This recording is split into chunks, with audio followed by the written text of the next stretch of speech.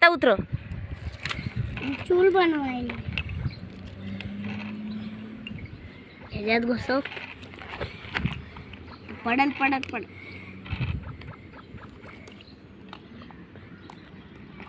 चला तर मी माझ्या गावातलं काढते व्हिडिओ. आवाज रिकॉर्ड होतो ग माझा. मी आता ना एक चूल बनवत आहे. बनवत आहे.